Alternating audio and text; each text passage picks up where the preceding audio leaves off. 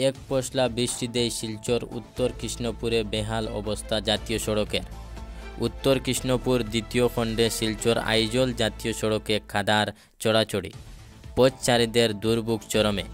বৃহস্পতিবার রাতে বৃষ্টির ফলে উত্তর কৃষ্ণপুরে রহিমের দোকান থেকে অক্সফোর্ড স্কুল পর্যন্ত জাতীয় সড়কের প্রায় 300 মিটার এলাকায় লাল মাটির কাদায় চড়াচড়ি।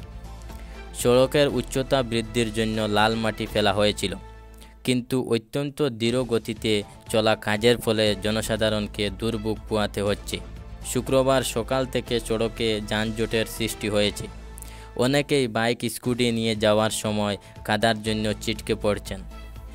এদিকে স্থানীয় জনগণের অভিযোগ, প্রথম পর্যায়ে আউলিয়া মসজিদ থেকে রাঙ্গিরখাড়ি পর্যন্ত চলা কাজ দ্রুত গতিতে সম্পূর্ণ হলেও দ্বিতীয় পর্যায়ে রহিমের দোকান সেতু থেকে আউলিয়া মসজিদ পর্যন্ত কাজ অত্যন্ত ধীর গতিতে চলছে, যার জন্য সামান্য বৃষ্টিতেই জাতীয় সড়কে জনসাধারণকে দুর্ভোগ পোহাতে হচ্ছে। অবিলম্বে কাজ সম্পূর্ণ না হলে যদি লাগাতার বৃষ্টি হয় তাহলে জাতীয় সড়কে যাতায়াত মুশকিল হবে।